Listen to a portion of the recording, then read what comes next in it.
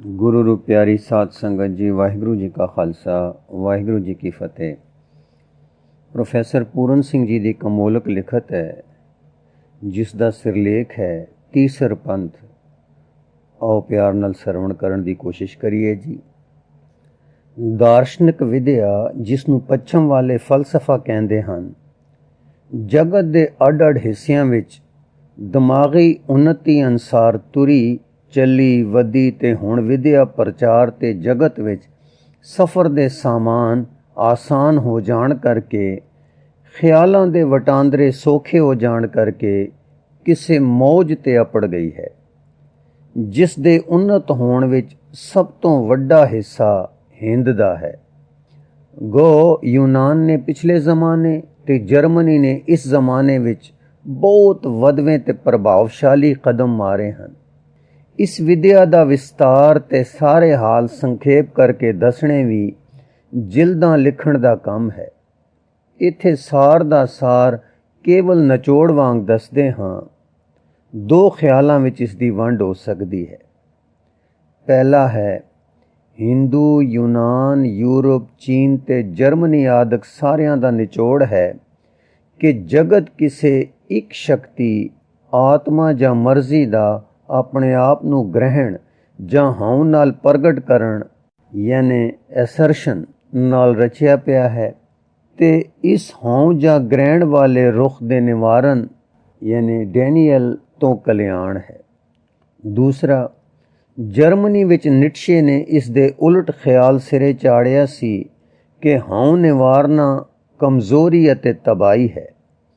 ग्रहण जां हाउ दा जोर नाल वरतना यही मुराद जिंदगी है, यही फलसफा है ते यही करतव दुरुस्त है। इस दूसरे ख्याल नू लैके ही जर्मनी ने अपनी कौम नू जगत फतेह लई तैयार कीता ते जंग होया। एहो ख्याल जगत विच किते होर रंगां विच गुदगुदी कर रहा है। गुरु नानक, गुरु गोबिंद सिंह जी ने जो धर्म बनाया ते अमली जामा पुआ के टोरिया, वो किसे खुश्क फलसफे दी बिना ते केवल सोचां विचारां दा एक गोरख धंधा, ख्याल दी उडारी वाले दिमागां दा सिटा नहीं सी, बल्कि एक जीवन दे सोमे तो फुटिया अमली ते जीवन लहर ते रंग रस नाल थरकदा, धड़कदा, गेड़ मारदा, उमलदा ते उछलदा करतब सी। इस दा मुद्दा ते असर अमली ते आदर्शक इंसान पैदा करना सी। ये कहना कि एक अमली इंसान पैदा हो जाए ते उसकी उत्पत्ति दे पिछे कोई फलसफा ना होवे, ये कहण दे तुल है कि आदर्शक इंसान अज्ञान दे मंडल की उत्पत्ति है, जो गल के बुल्लां दी मुस्काहट तो वधेरे कदरदानी दी हकदार नहीं है। पर फिर ये कहना की अर्थ रखता है? इसका उत्तर ये है कि केवल दिमागी तलाश ते लब उन्हां इंसानां दी जो आत्मक जीवन वाले नहीं पर निरे विद्वान हन, बुद्ध दी चतुरता ते विचार दे गोरख धंधे रच सकती है। पर ये केवल पढ़ पढ़ा के समझ लैण नाल ही तालक रखदियां हन।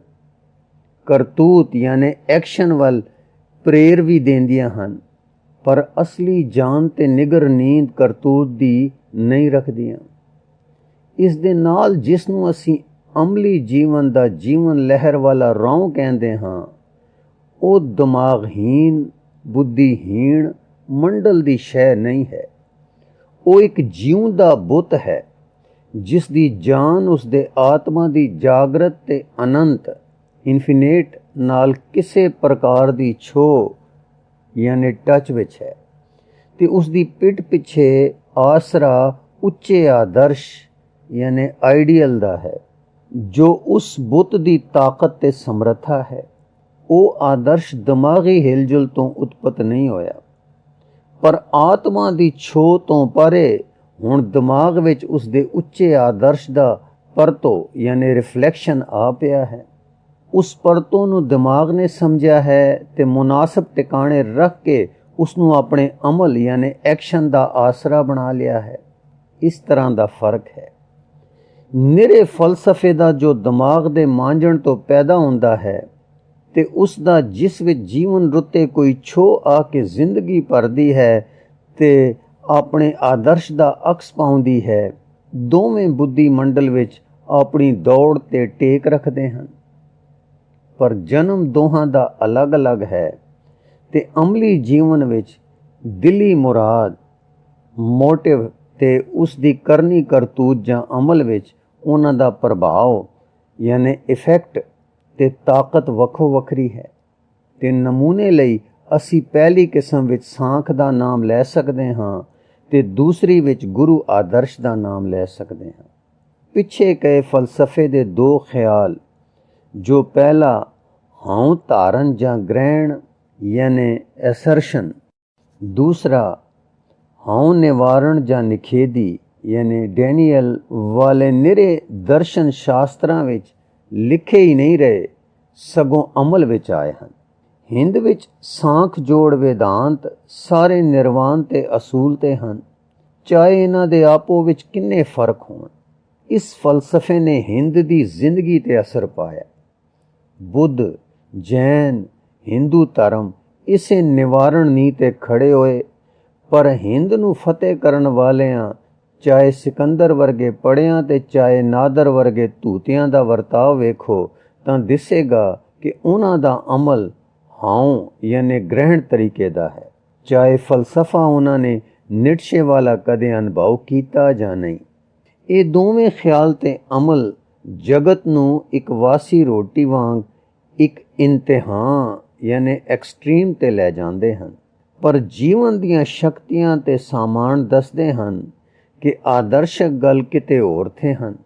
ਪੰਜਾਬ ਵਿੱਚ ਜੋ ਉੱਚੀਆਂ 10 ਜ਼ਿੰਦਗੀਆਂ 15ਵੀਂ ਸਦੀ ਵਿੱਚ ਹੋਈਆਂ ਹਨ, ਉਹਨਾਂ ਦੇ ਆਪ ਬਸਰ ਕੀਤੇ ਤੇ ਲੋਕਾਂ ਵਿੱਚ ਫੂਕੇ ਜੀਵਨ ਤੋਂ ਅਤੇ ਉਹਨਾਂ ਦੇ ਉਚਾਰੇ ਬਚਨਾਂ ਤੇ ਸ਼ਬਦਾਂ ਤੋਂ ਜੋ ਪ੍ਰਭਾਵ ਪਿਆ, ਉਹ ਅਸਲੀ ਜੀਵਨ ਰਾਉ ਸੀ।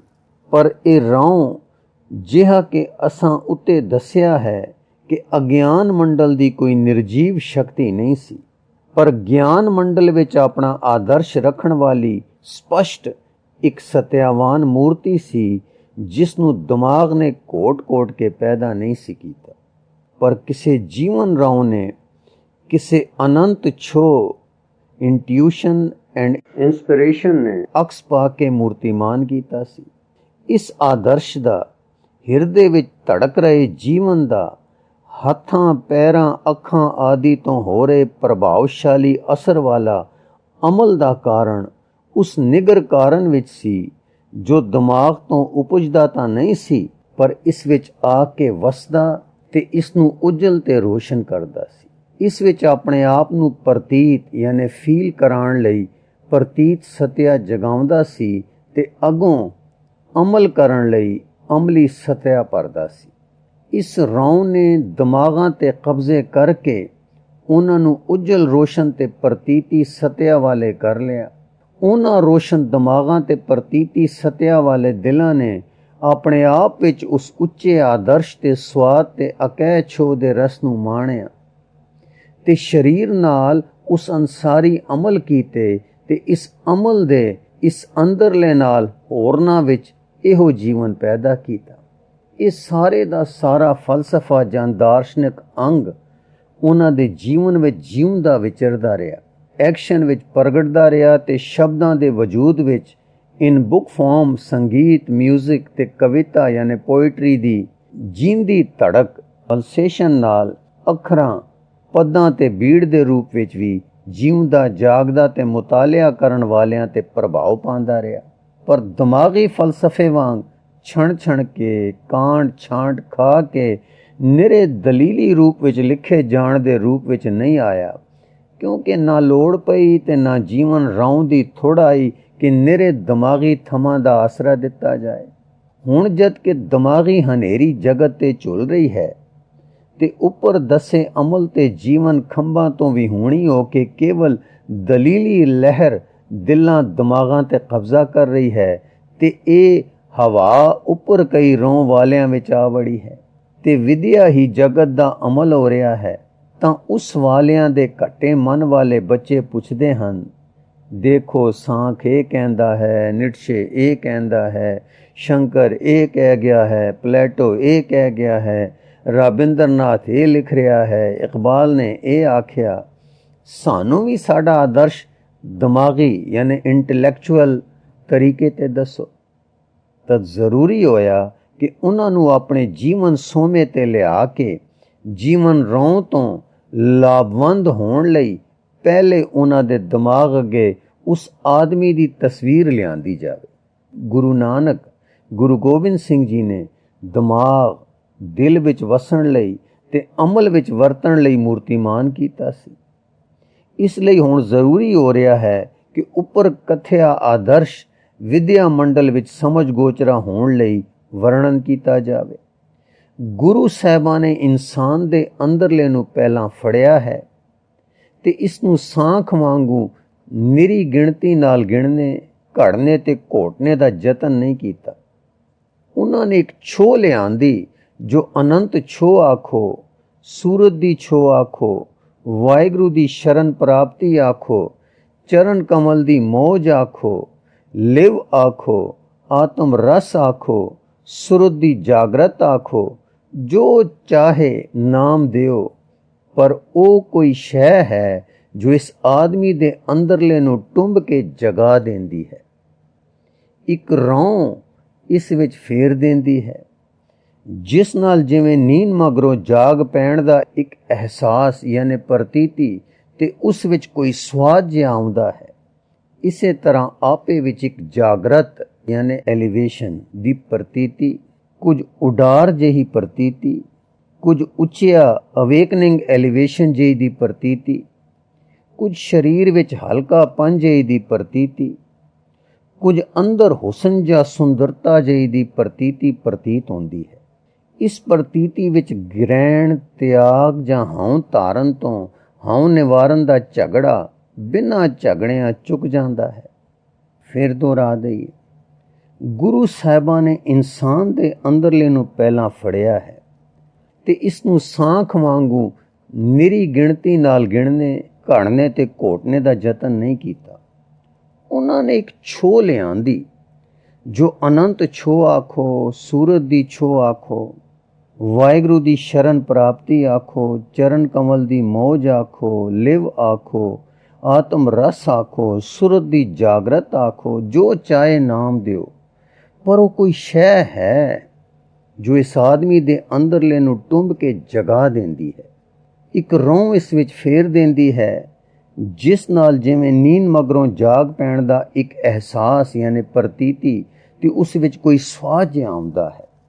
ਇਸੇ ਤਰ੍ਹਾਂ ਆਪੇ ਵਿੱਚ ਇੱਕ ਜਾਗਰਤ ਯਾਨੀ ਐਲੋਵੇਸ਼ਨ ਦੀ ਪ੍ਰਤੀਤ, ਕੁਝ ਉਡਾਰ ਜਿਹੀ, ਇੱਕ ਜਾਗਰਤ ਯਾਨੀ ਐਲੀਵੇਸ਼ਨ ਦੀ ਪ੍ਰਤੀਤੀ, ਕੁਝ ਉਡਾਰ ਜਿਹੀ ਪ੍ਰਤੀਤੀ, ਕੁਝ ਉੱਚਿਆ ਯਾਨੀ ਅਵੇਕਨਿੰਗ ਐਲੀਵੇਸ਼ਨ ਜਿਹੀ ਦੀ ਪ੍ਰਤੀਤੀ, ਕੁਝ ਸਰੀਰ ਵਿੱਚ ਹਲਕਾਪਨ ਜਿਹੀ ਦੀ ਪ੍ਰਤੀਤੀ, ਕੁਝ ਅੰਦਰ ਹੁਸਨ ਜਾਂ ਸੁੰਦਰਤਾ ਜਿਹੀ ਦੀ ਪ੍ਰਤੀਤੀ ਪ੍ਰਤੀਤ ਹੁੰਦੀ ਹੈ। ਇਸ ਪ੍ਰਤੀਤੀ ਵਿੱਚ ਗ੍ਰਹਿਣ, ਤਿਆਗ ਜਾਂ ਹਉ ਧਾਰਨ ਤੋਂ ਹਉ ਨਿਵਾਰਨ ਦਾ ਝਗੜਾ ਬਿਨਾਂ ਝਗੜਿਆਂ ਚੁੱਕ ਜਾਂਦਾ ਹੈ। ਜਗਤ ਇੱਕ ਗੋਰਖ ਧੰਦਾ ਹੈ, ਦੁੱਖ ਰੂਪ ਹੈ। ਇਸ ਤੋਂ ਨਸਣ ਦਾ ਕਿਹੜਾ ਰਸਤਾ ਹੈ? ਤੇ ਉਸ ਤਿਆਗ ਤੇ ਆਪਾ ਨਿਵਾਰਨ ਤੇ ਆਪਾ ਕੋਹਣ ਵਿੱਚ ਹੈ। ਇਹ ਦਿਲਗੀਰੀ ਆ ਕੇ ਨਹੀਂ ਵਾਪਰਦੀ, ਨਾਲ ਹੀ ਇਹ ਇੱਕ ਜਗਤ ਹੀ ਮਨੋਰਥ ਹੈ। ਖਾਣਾ ਪੀਣਾ, ਐਸ਼ ਕਰਨੀ, ਪਦਾਰਥ ਜੋੜਨੇ, ਮਾਰਨਾ ਤੇ ਮਾਰ ਕੇ ਦੁਖਤ ਨਾ ਹੋਣਾ, ਸਭ ਤੋਂ ਸਿਰਕੜ ਤੁਰਨਾ ਤੇ ਸਭ ਨੂੰ ਮੋਢਾ ਮਾਰ ਕੇ ਡੇਗਣਾ, ਇਹੀ ਜੀਵਨ ਹੈ। ਇਹ ਅਫਾਰਾ ਆ ਕੇ ਦਿਲ ਦਾ ਕਬਜ਼ਾ ਨਹੀਂ ਕਰਦਾ ਤੇ ਇਨਸਾਨ ਤੋਂ ਅੰਧੇਰੇ ਦੇ ਕੰਮ ਨਹੀਂ ਕਰਵਾਉਂਦਾ।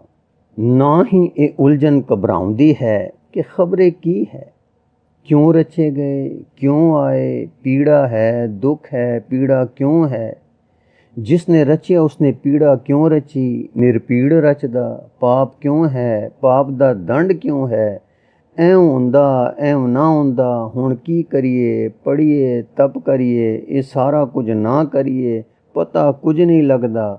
ਚਲੋ ਜਾਣ ਦਿਓ, ਜਾਂ ਇਹ ਜੀਵਨ ਨਹੀਂ ਰਹਿਣਾ ਤਾਂ ਜਿੰਨੇ ਦਿਨ ਹੈ ਦਾਰੂ ਦਾ ਪਿਆਲਾ ਤੇ ਸੁਹਾਪਣ ਦੀ ਵੀਣੀ, ਨਾਦ ਵਾਲੀ ਗਲੇ ਦੀ ਨਾਲੀ ਜਾਂ ਤੁੰਬੇ ਤੇ ਲੱਕੜੀ ਦੀ ਵੀਣਾ ਜਾਂ ਬਾਂਸ ਦੀ ਸੱਤ ਛੇਕੀ ਪੋਰੀ ਦੀਆਂ ਆਵਾਜ਼ ਦੀਆਂ ਮੋਜਾਂ ਵਿੱਚ ਬਿਤਾ ਲੈਣਾ ਹੀ ਸ੍ਰੇਸ਼ਟਤਾ ਹੈ।